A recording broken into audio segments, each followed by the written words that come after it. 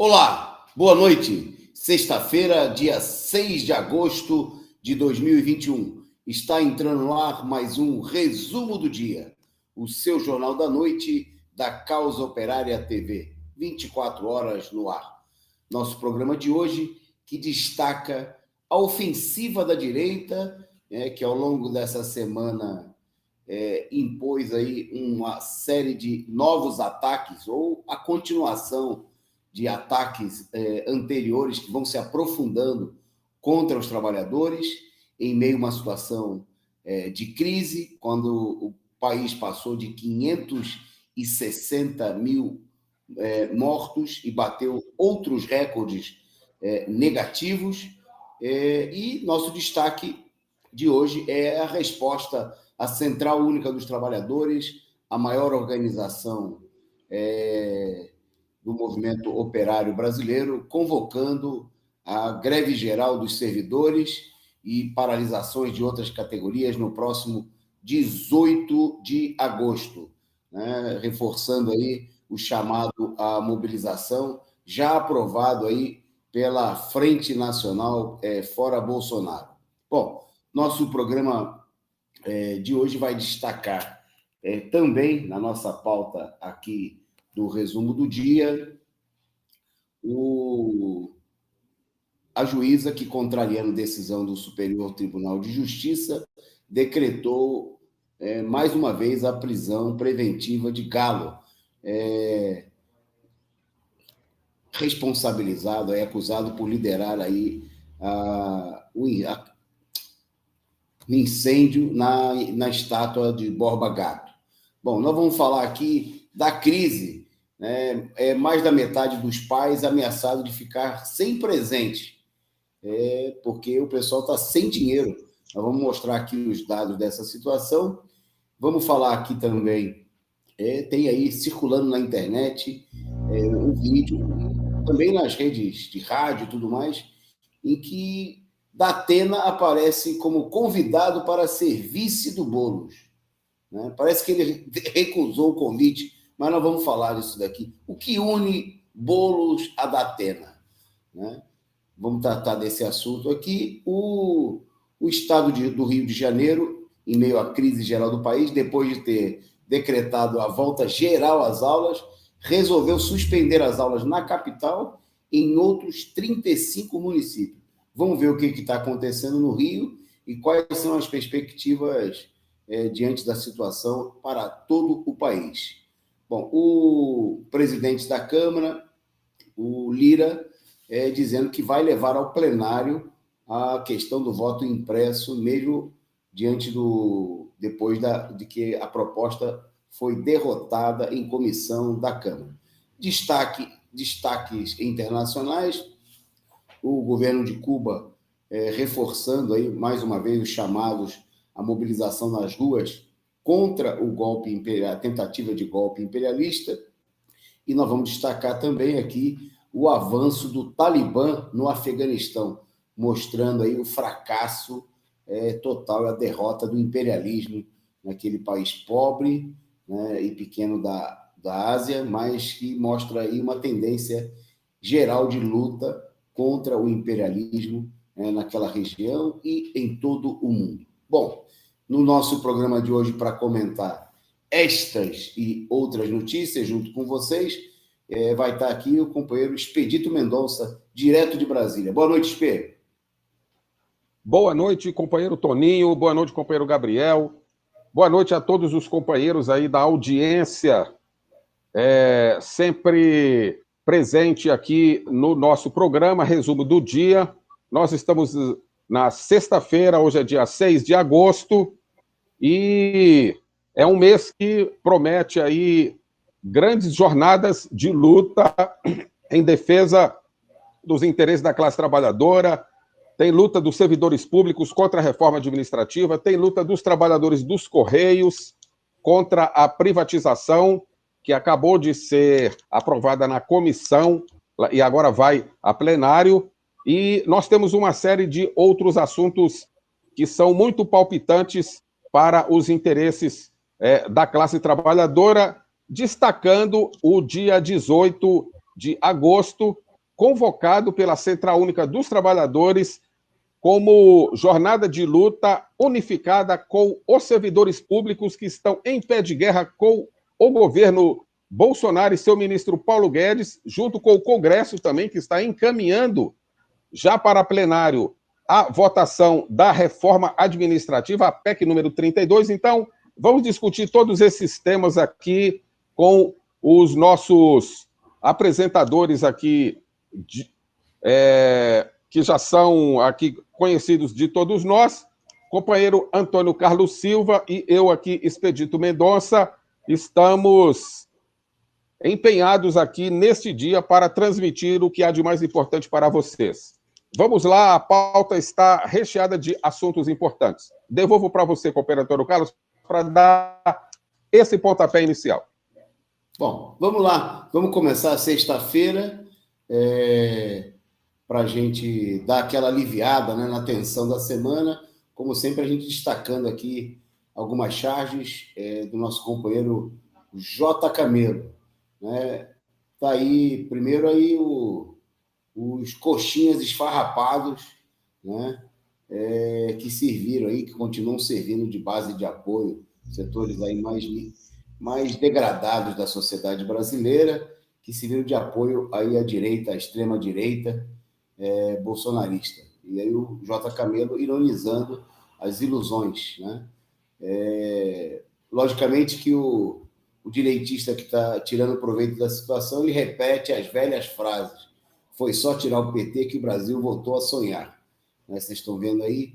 E aí o sonho dos coxinhas maltrapilhos, né? Que, na realidade, estão sonhando aí com gás, que agora está mais de R$100, mais de 10% do salário mínimo, e com a carne, né?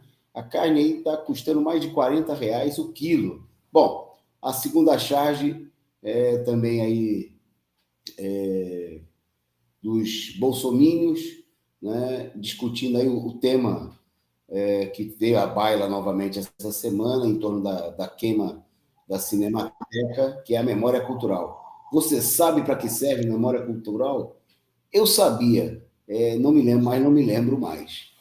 Tá aí, né, o J. Camelo ironizando aí a ignorância da extrema-direita, né, destacada aí nas suas charges muito bem apresentadas. Bom, vamos para a nossa pauta, vamos começar então os temas e a gente já começa em ritmo intenso, porque nessa semana nós destacamos aqui ao longo dos nossos programas a Câmara dos Deputados voltou do recesso, acelerando nos ataques contra os trabalhadores. Né? Ontem foi aprovado no plenário da Câmara, né, a proposta, a medida provisória que trata da privatização dos Correios, né, que agora vai ser encaminhado ao Senado Federal. Também nessa semana está avançando aí a discussão da PEC 32, né, da reforma administrativa, e junto com isso vai tramitando aí também a mini reforma trabalhista, né, em torno da PEC, da medida provisória 1045, né, que, dentre outros ataques, né, o movimento sindical vem denunciando que a MP 1045 ela cria aí um trabalhador de segunda classe. É um exagero dizer que cria, porque, na realidade, isso aí já foi feito, né, com a reforma trabalhista em 2017, do governo Temer, né, que transformou aí, jogou na lata do lixo a CLT, deixou aí um pedacinho, uma lembrança da CLT, mas a maioria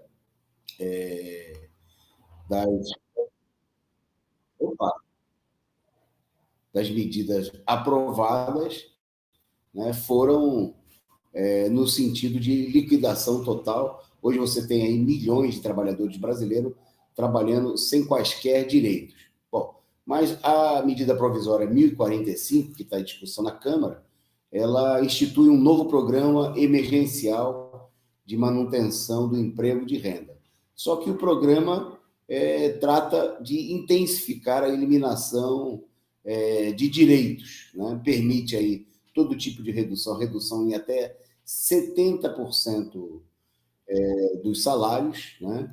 E prevê que as empresas possam contratar aí sem nenhum tipo de direito trabalhista, sem férias, sem 13º, sem fundo de garantia, sem absolutamente nada, um verdadeiro regime de escravidão. Bom, tudo isso está aí, junto também com a reforma tributária, para aumentar a carga tributária contra os trabalhadores, está em discussão, está na pauta do Congresso Nacional aí nesse começo do segundo semestre. Muita gente, inclusive, fala o seguinte, que o Congresso tem pressa em aprovar aí o pacote de maldades, né? Porque para fazer isso aí o quanto antes, para preparar, para fazer caixa, para permitir aí melhores condições para a direita disputar as eleições no próximo período. Bom, diante disso tudo, o que vou passar para o companheiro Expedito comentar, um destaque dessa nossa edição, que é o fato de que a Central Única dos Trabalhadores está convocando aí clara e abertamente aí na sua página, nas redes sociais, o dia 18 como um dia de greve geral do funcionalismo, né, dos servidores, e de mobilização do conjunto da classe trabalhadora. Espê, fala um pouquinho do chamado da CUT e daquilo que seria necessário fazer para que não fique apenas para um chamado entre os ativistas, as direções sindicais, mas para que convocar amplamente os trabalhadores a participarem desse Dia Nacional de Luta no próximo dia 18 de agosto. Vai lá.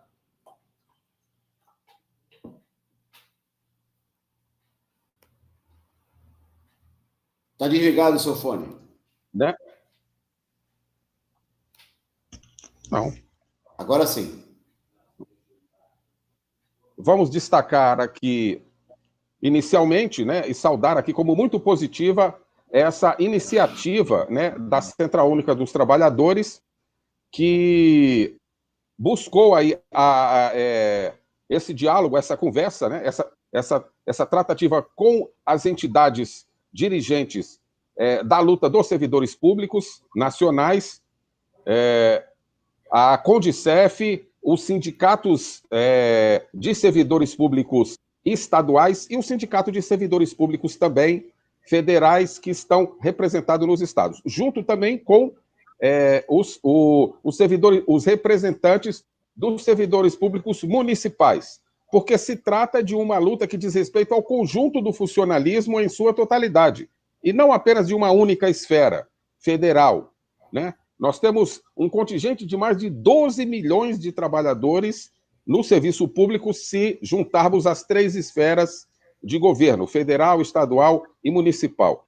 Então, foram realizadas aí plenárias preparatórias. Na semana passada, nós tivemos o Encontro Nacional dos Servidores Públicos das 3 esferas, onde resoluções muito importantes foram tiradas, e a mais importante delas é o Dia Nacional de Luta, marcado para o dia 18 de agosto, que é o dia em que as entidades nacionais da categoria dos servidores públicos estarão realizando, primeiramente, um Dia Nacional de Paralisação, né, que é a greve do funcionalismo público em seu conjunto, nesse dia 18, que estará somado às manifestações de rua que estão sendo chamadas pela Central Única dos Trabalhadores também. Então, primeiramente, vamos destacar aqui que, depois de um longo período onde as entidades ficaram aí correndo atrás, né, de abaixo-assinados, de fazer lobby dentro do Congresso Nacional, daquela história de ficar recepcionando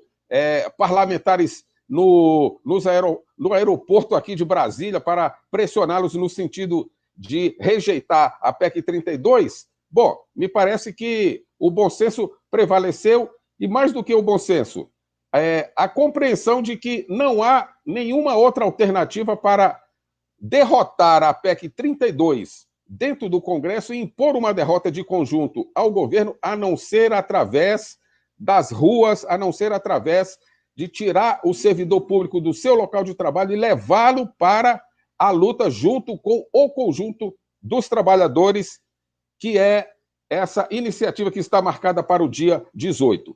Bom, até lá vão ser realizadas plenárias estaduais, não é isso? Preparatórias para o dia 18, e nós esperamos que as entidades possam estar aí, não só realizando plenárias virtuais, porque isso aí, vamos ter claro, é muito pouco eficiente e eficaz no sentido de convocar os servidores, mas fazer um trabalho efetivo de chamado à categoria através de panfletagem nos órgãos, através de assembleias, através de uma convocatória, através de carro de som na esplanada, através de um processo mesmo de ida aos locais de trabalho para esclarecer o que se trata a reforma administrativa, quais são os enormes prejuízos que acarretarão com a reforma administrativa e os ataques gigantescos à supressão de direitos que estão colocados ali no projeto.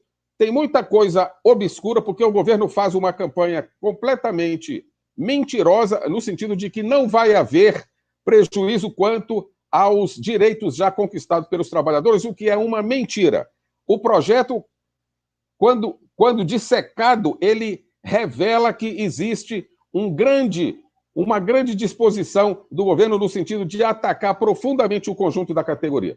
Portanto, esse é o ponto de vista mais importante, é essa iniciativa que a CUT está adotando junto com as entidades de luta dos trabalhadores. Romper com a paralisia, sair do ambiente virtual, realizar plenárias presenciais, encontros presenciais e ir até os locais de trabalho para dirigir um chamado à categoria para que ela se junte às manifestações da classe trabalhadora no dia 18 e imponha uma derrota ao governo Bolsonaro e seu ministro Paulo Guedes, que são os grandes aí protagonistas desse ataque vil, desse pacote de maldades contra os servidores públicos. Devolvo para você, companheiro Antônio Carlos.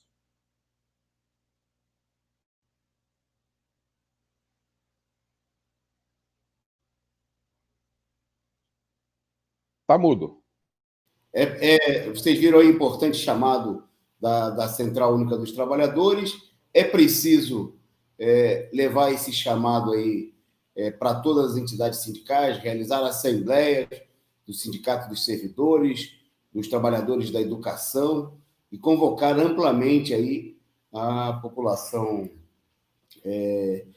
trabalhadora, né, o funcionalismo e toda a população explorada a sair às ruas no dia 18. Dia 18 é o dia de luta pelo Fora Bolsonaro, contra a destruição dos serviços públicos, né, contra as privatizações e todas as reivindicações dos trabalhadores, como a redução da jornada de trabalho. Bom, antes da gente seguir aqui na pauta, e aí eu vou pedir para a produção mostrar aí, daqui a pouquinho, na sequência, nós vamos mostrar fotos da atividade que nós fizemos hoje de manhã, convocando o dia 18, mas eu queria antes saudar o pessoal que já está conosco aqui na transmissão. Pedir a vocês aí que, como de costume, nos ajudem aí compartilhando o link do nosso programa, do nosso canal, espalhando aí nas redes sociais e também mandando a sua contribuição, como já fizeram por aqui. Desta vez eu consigo, sou eu, né, que já chegaram por aqui, chegaram junto, mandando aí suas figurinhas simpáticas e contribuindo aqui para sustentar a Causa Operária TV, essa empreitada da maior importância. Então, nossa saudação aí para o Sou Eu, desta vez eu consigo, para a Kathleen, que chegou por aqui dizendo que sextou, a Rosângela Barbosa, mandando também a sua saudação, a Estefânia Robustelli, o Walter dos Santos Vargas, o Fabiano Proletário, o Ronaldo Ferreira, né, o Fabiano levantando aí a importância da defesa do reajuste salarial, o companheiro Lino Alves, a companheira Márcia Souza. Bom, e obrigado a vocês aí que estão chegando junto, mandando aí suas saudações. Em nome desses aí que eu destaco aí, agradecer a todo mundo, o pessoal também que vai estar conosco aí, participando, assistindo o programa mais tarde. A Ana Matos e o Anderson Andrade, membros aqui do nosso canal, o canal Lucenarga e o companheiro Marlon Silva, que chegou por aqui junto também, mandando o seu superchat. Muito obrigado aí ao Marlon. Vocês estão vendo a imagem aí da panfletagem que a gente fez hoje pela manhã, junto com os companheiros dos comitês de luta lá do ABC e lá na Mercedes-Benz, né, para convocar os trabalhadores. Hoje nós estávamos lá a partir das 5 da manhã, convocando aí os trabalhadores da Mercedes a participarem, né, do ato do dia 18, debatendo com eles a necessidade de mobilizar a classe operária, né, pelo Fora Bolsonaro. É preciso colocar em campo, né, o primeiro time, a linha de frente, o setor mais combativo dos explorados brasileiros, que são a classe operária, os trabalhadores, não só todo o funcionalismo, os trabalhadores das estatais, mas também a classe operária. Bom, seguindo na nossa pauta, falando aí em classe operária, classe trabalhadora, essa semana, como nós destacamos, os trabalhadores dos Correios e o povo brasileiro sofreram aí o duro golpe da decisão adotada ontem na Câmara dos Deputados a favor, né, da medida provisória do governo Bolsonaro de privatização dos Correios. Aqui tem duas perspectivas políticas importantes, né? Ontem nós falamos destacadamente desse tema com a participação aqui do companheiro Edson Dorta, que é trabalhador dos Correios, é carteiro, né, e é da direção nacional da Corrente Sindical Causa Operária e do PCO, e nós falávamos aí na necessidade da única maneira de enfrentar essa situação, que é mobilizar os trabalhadores, né, que é decretar a greve da categoria, paralisar os Correios, ocupar os prédios.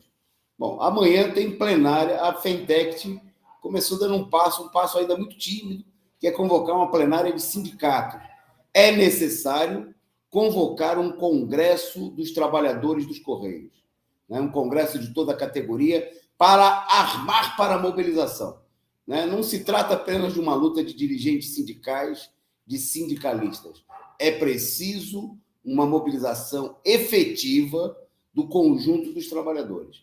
Nesse sentido, eu queria destacar aqui que a mobilização não pode ter essa perspectiva, por exemplo, que está expressa aí nesse card, né, que nós achamos que é uma política profundamente conservadora e reacionária.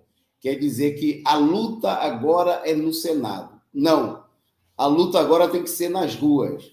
A luta agora tem que ser esse card aí que foi publicado aí no chat da CUT e repete aí a palavra de ordem de certos setores do movimento sindical dos Correios, da direção da FETEC, de alguns sindicatos. Não. A mobilização tem que ser feita nas ruas, né? Não vai dar para ganhar da direita, né, no Senado, dominado aí pelos partidos defensores da privatização, né? Eu vi aí nas redes sociais, na própria matéria da CUT, uma mensagem para mim de um dirigente da Fentect, né, da oposição do Rio de Janeiro, o companheiro Emerson Marinho, que dizia o seguinte: organizaremos grandes caravanas e mostraremos nossas forças. Olha só a frase que vem agora. Vamos lembrar aos deputados que votaram pela venda dos Correios que a nossa resposta virá em 2022, nas próximas eleições. Eu queria dizer que essa é uma política de fracassado. É uma política de derrotas que não deu resultado em lugar nenhum. O problema para os trabalhadores não é dizer que eles vão se vingar dos deputados, né, nas eleições de 2022. Até porque isso, companheiro Emerson e sindicalistas, isso não adianta absolutamente nada. Os trabalhadores dos Correios querem defender os seus empregos agora. E se algum deputado deixar de ser eleito em 2022, isso aí não serve para nada para os trabalhadores. Não vai recuperar emprego de ninguém. Não vai recuperar a privatização dos Correios. Então é preciso ir para o enfrentamento. E o enfrentamento não é fazer campanha eleitoral contra os deputados que votaram a favor. É muito mais do que isso, né? É preciso parar a produção dos Correios, o serviço essencial que os trabalhadores dos Correios realizam, né? É preciso ocupar os prédios, é preciso tomar as ruas. Dia de 18 tem que ter milhares de trabalhadores nos Correios. Os sindicalistas dos Correios têm que abandonar o videogame, o pijama, o pessoal que está em casa com os sindicatos fechados, tem que reabrir os sindicatos e convocar efetivamente a mobilização. Bom, nesse sentido, a gente quer convidar todo mundo para amanhã, né, participar aí, os companheiros dos Correios, dos servidores públicos, dos trabalhadores da educação, que estão aí assistindo o nosso programa, que estão interessados em participar de uma campanha de mobilização efetiva, né, distribuindo panfletos na esplanada dos ministérios, por exemplo, em Brasília, nos locais dos Correios, nas escolas, né? Então, amanhã nós vamos estar realizando aí a reunião do coletivo sindical do PCO, né, a partir das 16 horas. Né? O link vai ser amplamente distribuído, o pessoal pode entrar em contato conosco. Né? Já amanhã nós vamos estar divulgando aí nas páginas, por exemplo, de educadores em luta, bancários em luta, servidores em luta, nas nossas páginas lá no Facebook. Então, queremos convidar os companheiros a participarem, né? Nós precisamos fazer uma grande mobilização, né? Panfletar nos locais de trabalho, nos locais de grande concentração do transporte coletivo dos trabalhadores, dos servidores e de todos os trabalhadores, e ter uma mobilização efetiva, né? Que não se resume a fazer ameaçinha para deputado, né? Se você não mudar de posição, não vai se eleger no ano que vem. Isso é conversa para boi dormir, né? E lobby no Congresso já mostrou que é uma política fracassada e que não leva a lugar nenhum. Bom, eu aproveito, né, já que a nossa produção aí destacou aí a imagem, para convidar todo mundo para saber mais sobre esses temas, né, para debater aí a política da corrente sindical Causa Operária, a adquirirem a revista Análise Sindical. Você compra a revista, também você está contribuindo, né, para que a gente produza aí mais panfletos, mais boletins e promova aí uma ampla agitação nos locais de trabalho. Né? Então, você está vendo aí na imagem mostrada aí na sua telinha, do seu celular, ou do seu computador, ou da sua TV, tem gente que nos assiste pela TV, né? Pelo YouTube, nosso canal no YouTube. Então, a partir de 3... O exemplar da revista custa apenas R$20. A revista tem 36 páginas. Né? E se você comprar 3 exemplares, o frete é grátis. Né? O frete do exemplar, o preço aí do correio, que está barato ainda, já está caro, porque as taxas estão subindo, mas se privatizar vai ficar ainda pior. Né? Sai em torno de R$10. Mas se você comprar a partir de 3 exemplares, para compartilhar com seus amigos, é grátis. Você pode aproveitar, encomenda para dar de presente para o seu pai, a revista Análise Sindical. Com certeza vai ser uma leitura e ele vai gostar. Tá certo? E é um presente bom e barato. Bom, mas além disso, você pode comprar em lotes, né? E a partir de 5 exemplares tem descontos. Você pode entrar em contato aí pelos telefones que estão aí na telinha e saber como. Se você já quiser mandar aí o valor para comprar a revista, você já tem o Pix aí, pode mandar imediatamente e depois mandar para um desses fones aí, desses apps, né, o depósito aí, a transferência efetuada, a gente manda, junto com o seu endereço, obviamente, a revista para você. Então, participe, né? A revista, o nosso objetivo é tirar a revista aí regularmente, né, estas e outras publicações das edições Causa Operária, e, nesse momento aqui, rearmar os trabalhadores, fortalecer a luta dos setores classistas do sindicato, é uma tarefa fundamental. Bom, seguindo na nossa pauta, eu vou passar para o companheiro Expedito comentar aí a decisão da juíza, que resolveu contrariar aí a decisão do judiciário e mandar de volta para a prisão o Galo, né, que foi apontado aí como um dos responsáveis pelo protesto realizado no último dia 24, né, quando colocaram fogo junto à estátua de Borba Gato aqui em São Paulo. Com vocês, Pedro.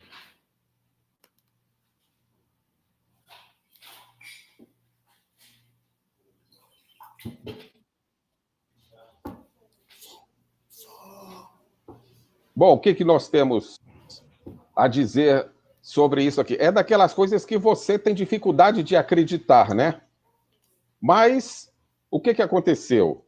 Depois do golpe de Estado, o judiciário brasileiro, que já não era, né, nenhuma pérola de nome de justiça, só tem mesmo o nome, porque nunca fez justiça do ponto de vista do direito dos trabalhadores. Bom, depois do golpe de Estado, esse judiciário brasileiro, eu não sei nem como é que a gente pode denominar o que se tornou a justiça brasileira, né? Nós vimos aí toda uma série de arbitrariedades que a Justiça Nacional cometeu aí, caçando pessoas, encarcerando sem provas, condenando em processos fraudulentos, como aconteceu com o ex-presidente Lula, tirando ele das eleições de 2018. E nós temos aqui uma coisa verdadeiramente fantástica do ponto de vista assim, do inusitado da justiça brasileira, né? O companheiro Galo, né, que é o entregador, cujo nome verdadeiro é Paulo Roberto da Silva Lima, mas é conhecido como Galo, liderança dos entregadores por aplicativo, que participou da ação que ateou fogo à estátua do bandeirante Borba Gato na semana passada, teve a sua prisão decretada e nesta semana não, hoje ele passou lá mais de uma semana preso, não é isso? E a decisão, numa decisão emitida pelo ministro do Superior Tribunal de Justiça, o STJ, o ministro Ribeiro Dantas, revogou a prisão dele, do entregador, né, de aplicativo Paulo, e imediatamente, mesmo depois do alvará de soltura já tendo se expedido, não é isso? Uma juíza chamada Gabriela Marques Bertoli, né, do Fórum Criminal da Barra Funda, determinou novamente a prisão preventiva da liderança dos entregadores, o companheiro Galo. Isso é uma das coisas mais escabrosas, junto a dezenas de outras coisas igualmente descabeladas, que a justiça brasileira promove e brinda, entre aspas, a sociedade nacional com mais uma arbitrariedade dessa natureza, né? Eu vou ler rapidamente aqui o que diz aqui as palavras do advogado do entregador, Galo, da liderança do entregador. Ele fala o seguinte, abre aspas, esse novo pedido de prisão não tem fundamento jurídico, como não tinha anteriormente. Trata-se, mais uma vez, de uma prisão política sem qualquer base no ordenamento jurídico brasileiro, afirmou Jacob Filho, advogado de Galo, antes da decisão da juíza. Portanto, nós estamos diante de mais um golpe do judiciário contra uma liderança popular que não está em julgamento aqui se o que ele fez é certo ou errado, não é isso que estamos discutindo. O fato é que a prisão dele, a primeira prisão, já foi arbitrária, inconstitucional, ao arrepio da lei, e agora, mais de 10 dias depois da prisão, quando o ministro do próprio STJ emitiu a sentença, o alvará de soltura, determinando que ele fosse para a soltura dele, uma juíza, Gabriela Marques Bertoli, revogou isso aí num ato de completo ataque, né, à decisão do ministro, revogou a decisão e determinou a prisão dele. Bom, isso aí revela o quê? Aqueles que se colocam, né, na perspectiva de acreditar que o Judiciário Nacional, que os tribunais, todas as suas instâncias, o Supremo Tribunal Federal, que é a última instância, a Suprema Corte, e também o Tribunal Superior Eleitoral, a gente pode, né, chegar até isso aí, esses órgãos não têm o menor compromisso com o chamado Estado Democrático de Direito. Eles estão ali para defender qualquer outro interesse, menos o interesse da população, em particular da população pobre e da população trabalhadora, como a gente vê no caso aqui da liderança dos entregadores do companheiro Galo. Trata-se de mais um ataque do Judiciário Nacional aos direitos e garantias individuais da cidadania, porque se trata disso aí, a prisão é uma prisão ilegal, arbitrária, inconstitucional, e a instância que decretou a prisão e que, ao mesmo tempo, reconheceu a arbitrariedade cometida, emitindo o alvará de soltura, nesse momento agora está sob ataque de uma juíza que revogou o alvará de soltura e e determinou que o entregador fosse novamente encarcerado. Mais uma vez, estamos diante aqui de um ataque, de uma fraude, e de que reforça a ideia de que não temos que ter nenhuma confiança no Judiciário Nacional. Se os trabalhadores quiserem conquistar alguma coisa, se quiserem manter os seus direitos, as suas conquistas, a única saída é se organizar e ir à luta. Lutar, participar das manifestações, se juntar aos trabalhadores e impor uma derrota de conjunto, não só ao governo, como ao conjunto do regime político, do qual o Judiciário Nacional é uma das suas expressões. Volto aí para o companheiro Antônio Carlos. Eu queria só destacar que a Justiça também determinou a prisão de mais 2 pessoas que teriam participado daquele mesmo protesto, o Danilo Silva Oliveira, o Bill, e o Tiago Vieira Zen. Todos os 3, com ele, além do Paulo Galo, né, que é entregador de aplicativo, o outro foi identificado, foi apresentado na imprensa como um torcedor corintiano, e o terceiro, o Tiago, um motorista, gente proletária, gente humilde, né? Ao nosso ver, envolvida aí numa operação que, obviamente, não representa aí uma perspectiva efetiva de luta, é uma manobra distracionista, né, sob a influência de setores aí da esquerda pequeno-burguesa, já que os nossos inimigos maiores nesse momento não são as estátuas, né? Nem dá para dizer que as estátuas são nossos inimigos, né? Porque quem escraviza hoje o povo brasileiro é, por exemplo, o governador de São Paulo, João Dória, é a burguesia que comanda aí todo esse retrocesso que nós estamos vivendo, é o governo Bolsonaro, né? E o protesto, inclusive, foi feito no dia em que dezenas de milhares de pessoas estavam nas ruas de São Paulo e centenas de milhares, 600 mil pessoas nas ruas de todo o país, em uma clara medida de tipo divisionista, que desvia, né? Quando o problema não é derrubar estátuas, é derrubar o governo Bolsonaro, é derrubar os governos que escravizam os trabalhadores nesse momento, como é o caso do governo Dória, né, e de toda a direita golpista no país.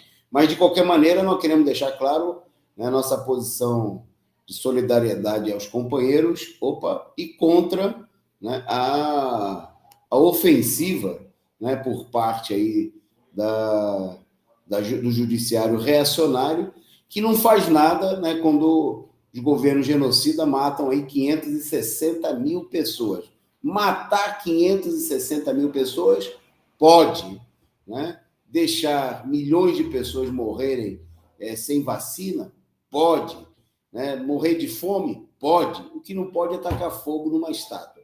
Aí o protesto, né, é tornado aí como se fosse algo realmente um verdadeiro crime, né?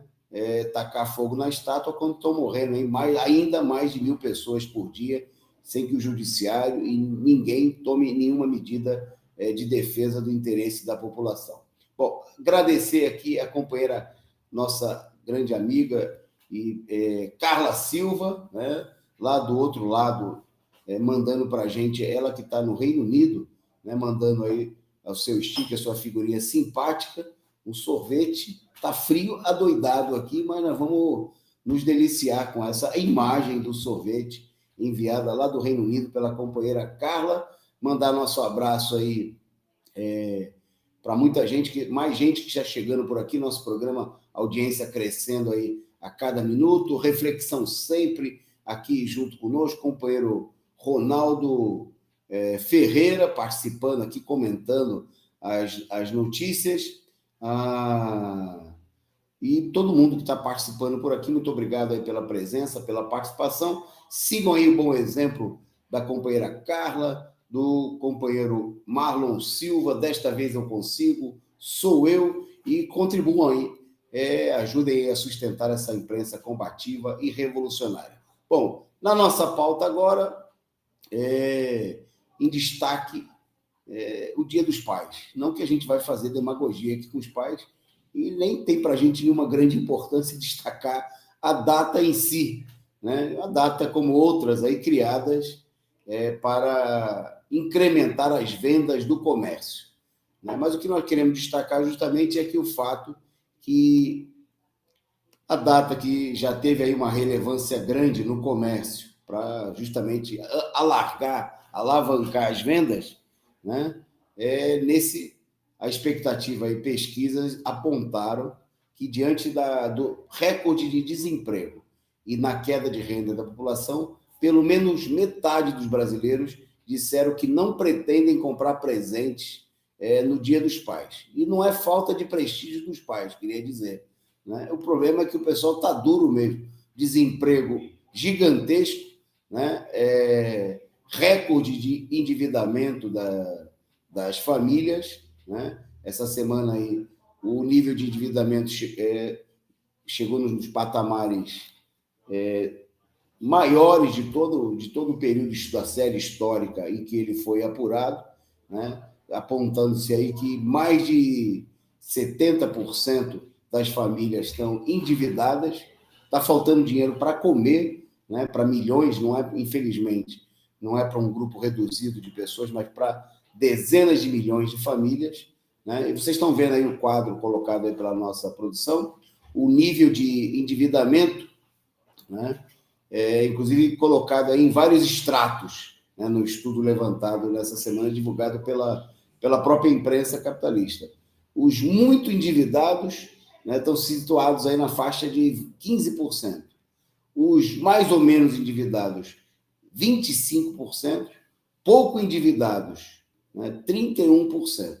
Né? Então, somando tudo isso aí, dá mais de 70% dos que se consideram de pouco a muito endividado, né? Mas o fato é que mais da metade disseram, respondendo a pesquisa sobre o tema, disseram que não vão comprar presente para o Dia dos Pais, né? Mesmo que gostassem, quisessem fazer. Bom, vamos seguir aqui, acelerar. Nós já estamos na reta final, passa rápido esse programa aqui, né? Com a participação aqui, muitos comentários no nosso chat, participação ativa dos nossos amigos internautas, a gente acompanhando por aqui muitos comentários, mas destacando agora na pauta um trechinho de um vídeo. Não sei se a produção conseguiu separar para a gente aí a imagem. Tem a imagem aí, produção? Beleza. Já me deram ok.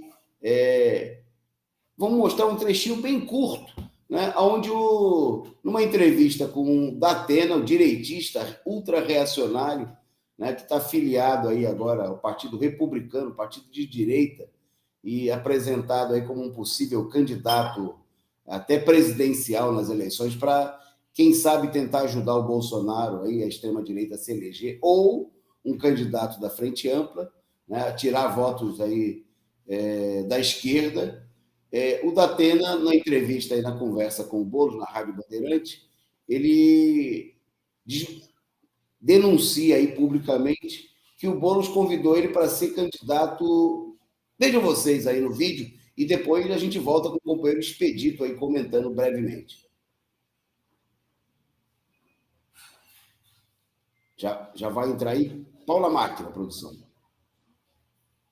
Tanto que, se as pessoas não sabem, em política e na vida, você sempre deve dizer a verdade, não deve esconder nada de ninguém. O próprio Guilherme me convidou para ser candidato a vice dele. Dependia de apoio do partido, de aquiescência do partido ou não. Duvido até que o pessoal aceitasse isso. Mas ele me convidou para ser candidato com ele. Então eu conversei com ele olhando nos olhos do Guilherme. Então, vocês viram aí, eu não consegui me conter. Mas é com você, o comentário é seu, Expedito.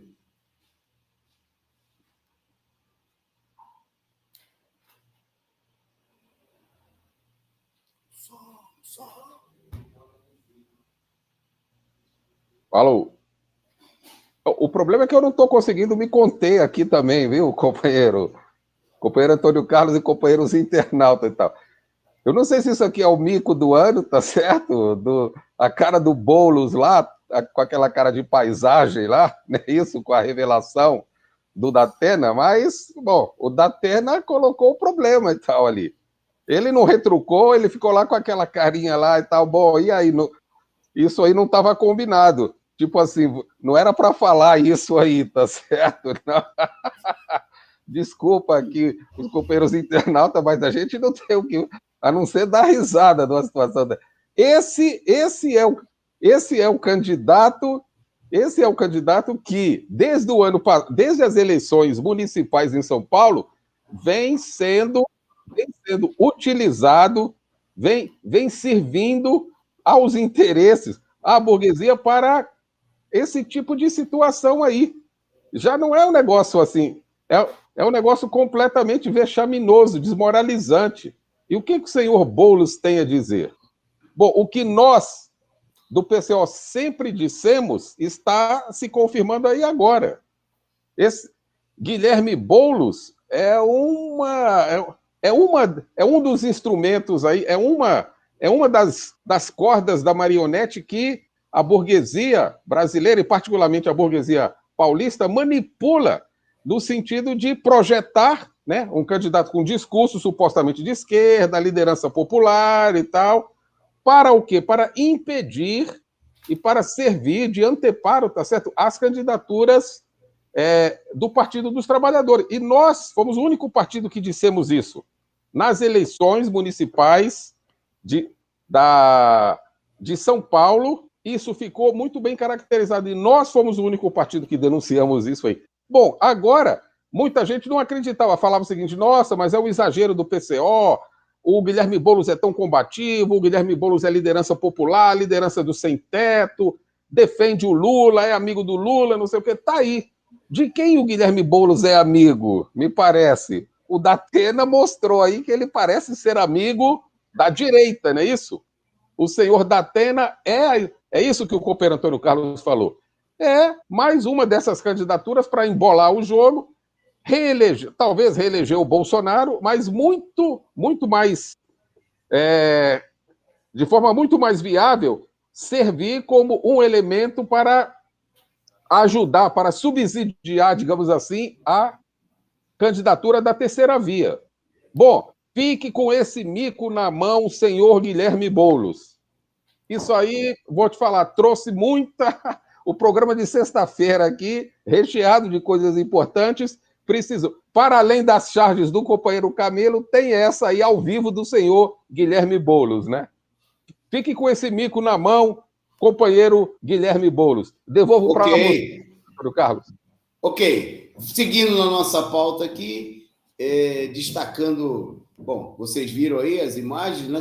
Circularam aí amplamente aí nas redes sociais. Bom, ontem nós destacamos aqui no nosso programa a mensagem aí, o pronunciamento de empresários, banqueiros, né? Começando aí pelo ex-presidente da FEBRABAN, presidente a família Setúbal, do Banco Itaú, dentre outros, né? Protestando aí, defendendo um manifesto em defesa da urna eletrônica, né? O que deveria servir de alerta aí para muita gente da esquerda, né? Porque são justamente aí se posicionaram nesse manifesto aí vários dos donos do golpe de Estado, vários daqueles que armaram desde antes de 2016 para derrubar o governo do PT, da presidenta Dilma, para encarcerar o Lula.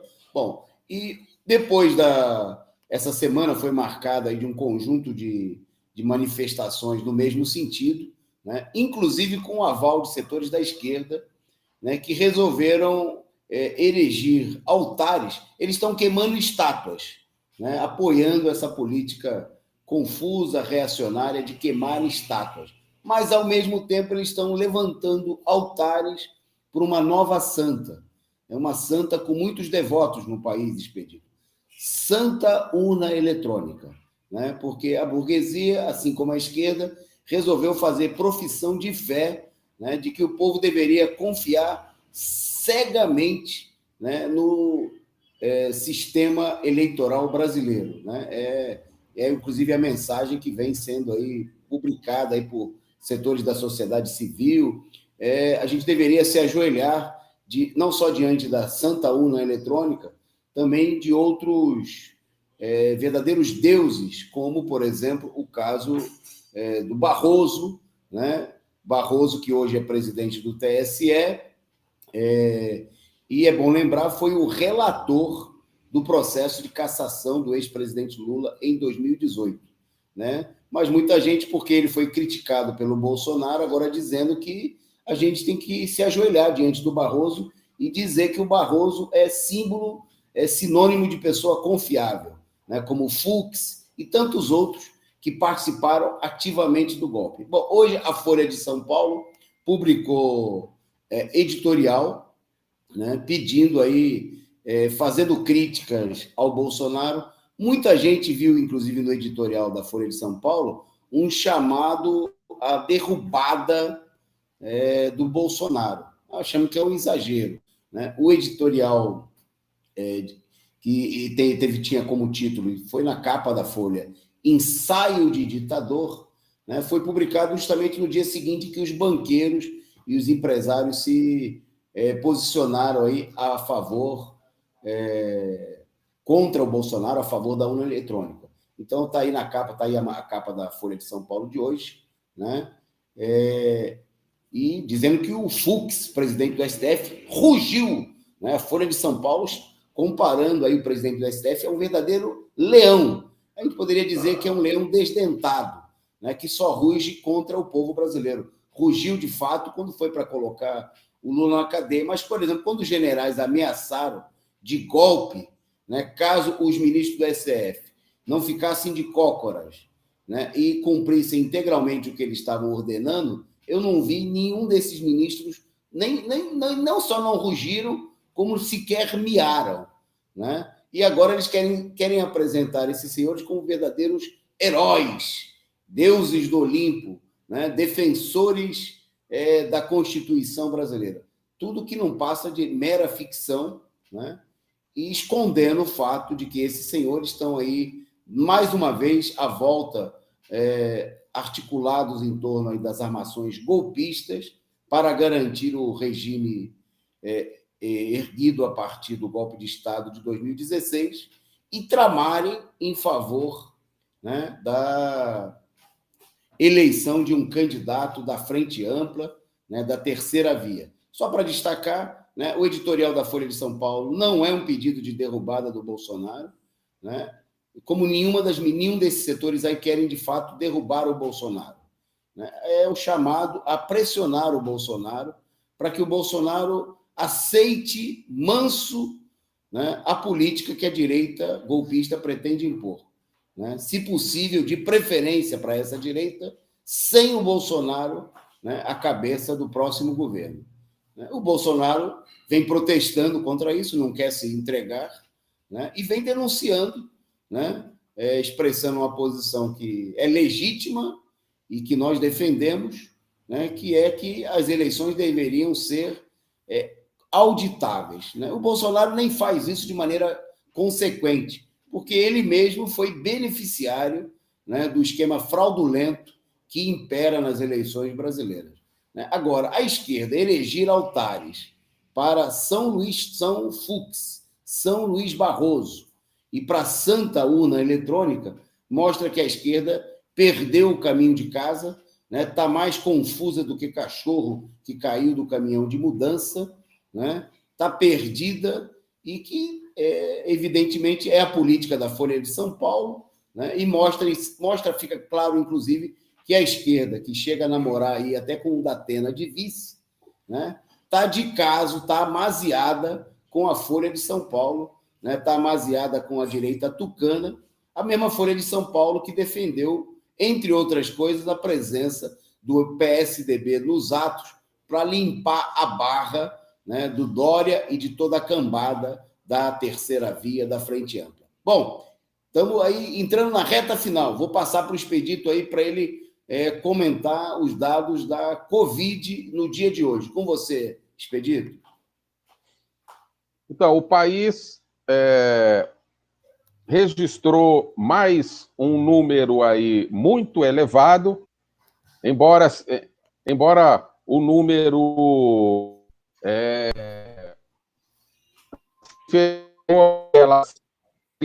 aquele erário, né, do início do ano, aquela coisa toda, mas o país ainda está com o número de mortes acima de 1.000.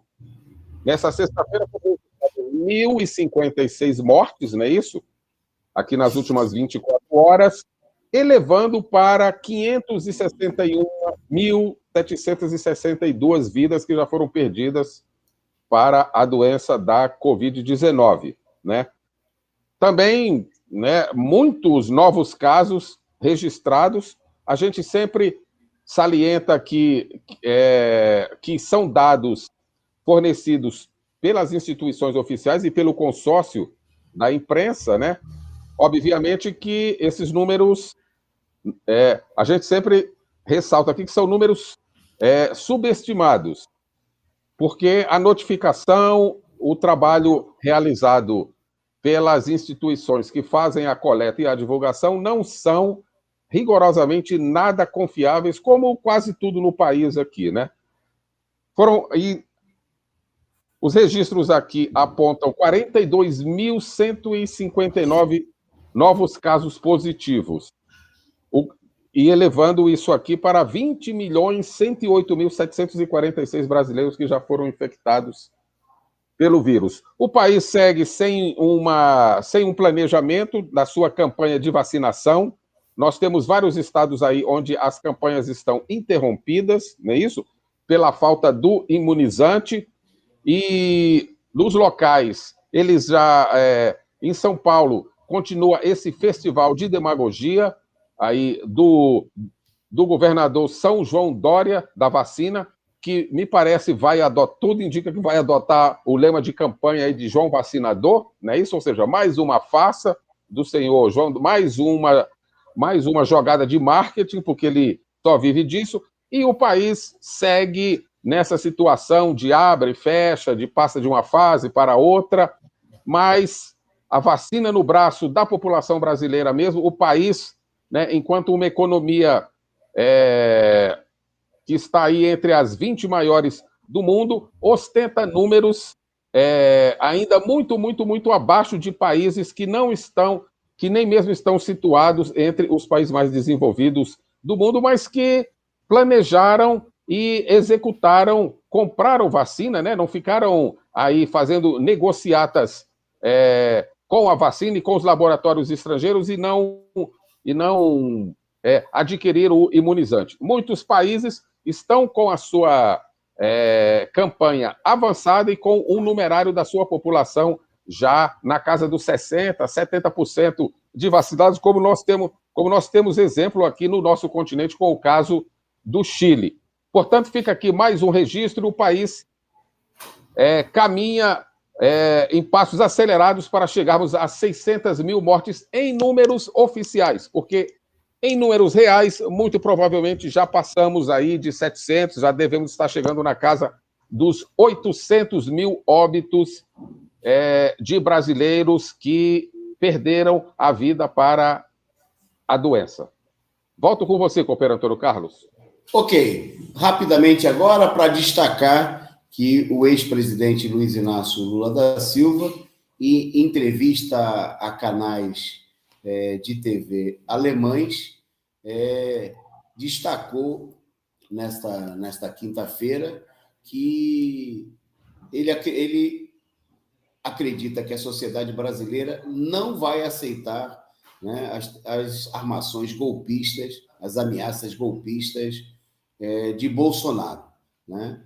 Bom, um dado importante da entrevista do Lula foi ele respondendo as perguntas dos repórteres de se ele não deveria abrir caminho para novos candidatos, para outras candidaturas. Bom, o Lula disse que respondeu no jeitinho malandro do Lula, de que o caminho está aberto, né? Que disse as palavras deles. Quem quer evitar Lula candidato, não vote no Lula. Quem acha que deve haver outro candidato, se lance como candidato. O que não podemos aceitar é a mentira, né? Mostrando claramente que o Lula está aí candidatíssimo, né? Nem está pensando aí acertadamente na besteira, né? De aceitar aí a pressão de setores da direita que querem que o Lula desista da candidatura. Lula, inclusive, diante da tentativa, né, que cresce aí de procurar apresentar que a disputa vai ser entre os setores, entre o bolsonarismo e um candidato qualquer de oposição, né, que seria aí de oposição ao fascismo, Lula foi mais explícito, né, disse o seguinte para as TVs alemãs: diga para o povo alemão que aqui no Brasil a disputa entre Lula e Bolsonaro é a disputa entre a democracia e o nazismo. É isso que está em disputa, né? Mostrando que o problema não é qualquer candidatura e o Bolsonaro, mas que o Bolsonaro é a expressão, diria que não só do nazismo, não só da política da extrema-direita, né? Mas é a expressão, né, de toda a política golpista que outros candidatos aí estão tentando ver a possibilidade de substituir, né, por uma terceira via, mas o Lula apontando que ele falou na entrevista também que não acredita, não vê chances concretas do impeachment avançar nesse momento. Nós achamos que depende muito da mobilização e que nessa mobilização seria muito importante que o próprio Lula, com o poder de mobilização que tivesse, se somasse, né, a iniciativa de convocar e participar das mobilizações de rua como uma arma fundamental da luta dos trabalhadores, que Lula é, né, como liderança principal. Spê, para você comentar em um minuto, e eu acho que vai ser a última aí da sua participação no programa, o Estado do Rio suspendeu as aulas presenciais. Como é que é essa história? Não faz nem uma semana que as aulas tinham sido retomadas. O que está acontecendo?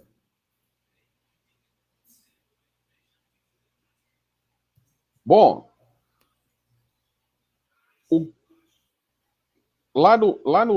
o Rio de Janeiro é o estado do companheiro Antônio Carlos Silva, né? A segunda unidade da federação mais importante, o segundo estado, a segunda economia mais importante do país, mas tem coisas que é como aquele negócio que dizem, né? Só acontece em determinados lugares e tal.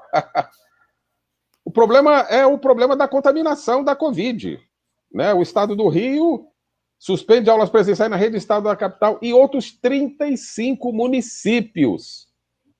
Ou seja, nem bem houve o retorno que nós nunca apoiamos,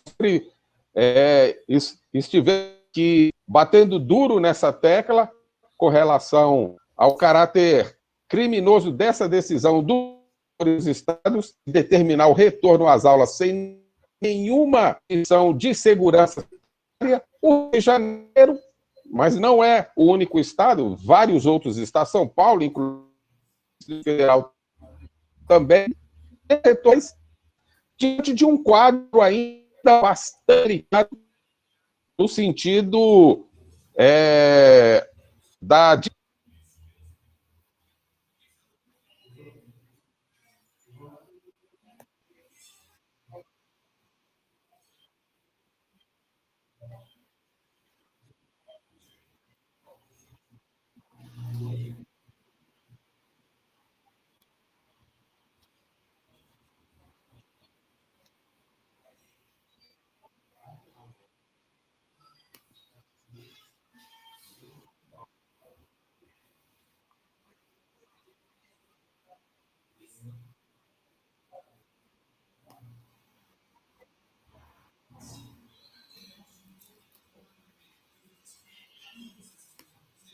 Caiu, Gabriel?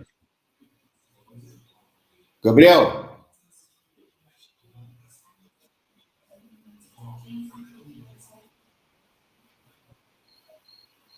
Voltando para mim aí, então, tivemos aí falha na internet, lá na transmissão, lá com o companheiro de Brasília. Então, só voltando a bola aqui para mim, ele destacou aí, Expedito, na última participação dele, destacou aí a questão do Rio de Janeiro. É bom lembrar que no Rio, o prefeito Eduardo Paes, né, estava prometendo quase antecipar o carnaval para novembro, prometendo um monte de coisas.